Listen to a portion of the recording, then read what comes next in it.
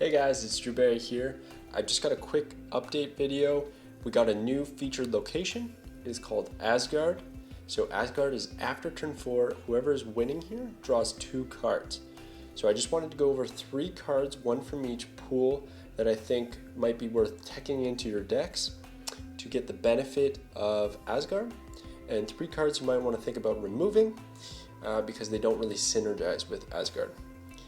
As a featured location, Asgard is going to pop up 40% more often in your games, so it's worthwhile strategizing around so that you can get more cubes, right? Have a better chance of beating your opponents who might not be thinking about this location, right? Asgard's going to be here. It started yesterday and it's going to be here, I assume, until Saturday, because they typically do a hot location on Sunday and there doesn't seem to be both at the same time. There's usually only one featured or hot location. So we have Asgard at a 40% extra clip.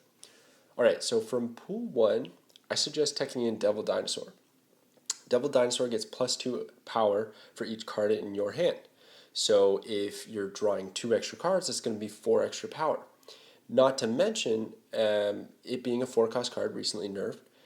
If you play it on turn 4, Asgard effect resolves after turn 4. So it's a really good opportunity to play Devil Dinosaur on Asgard on turn 4. Let's say you have 4 cards in hand. That's an 8 power swing to possibly give you the benefit of drawing those 2 cards, which will then bring him up to a 12 power. And I mean, that could be even more. You could have 6 cards in hand, right? And you're already at 12, draw 1. It's still worth it. It's still worth it.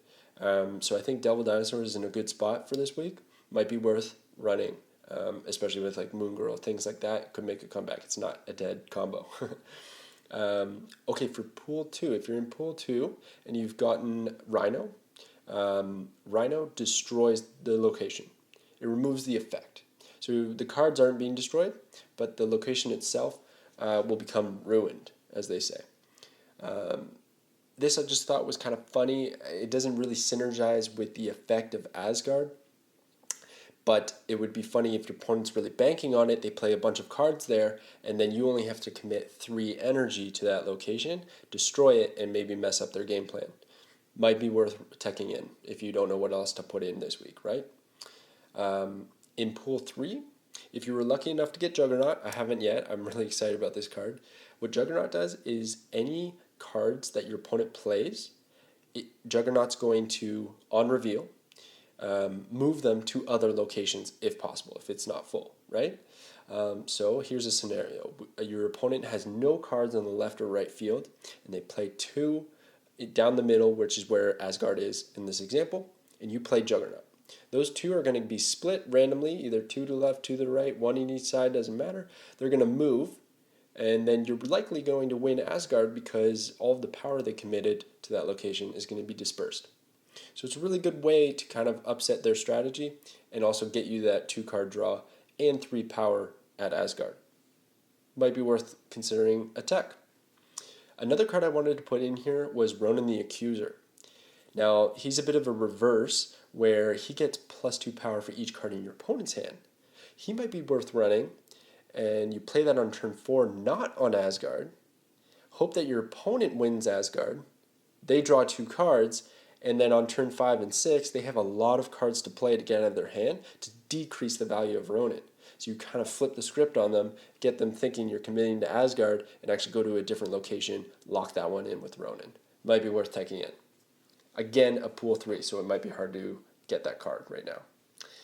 3 cards you want to avoid. Strong Guy, because he wants your card to be at 0. Your hand to have no cards, your hand be at 0. And he'll get the +6 power benefit. Doesn't really work with Asgard if you're trying to win the location and draw 2 cards. That's a lot to play. Ebony Maw you have to play before turn 3.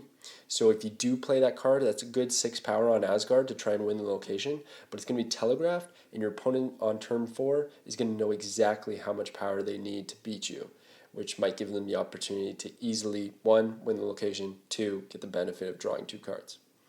And then Electro, I can't actually remember how Electro works, but I know that he has either ongoing or on reveal +1 energy for the rest of the game, but then also you can only play 1 card for the rest of the game. And I thought that'd be a bad idea to play at turn 3 because you want to play probably a few cards on Asgard to try and get that benefit.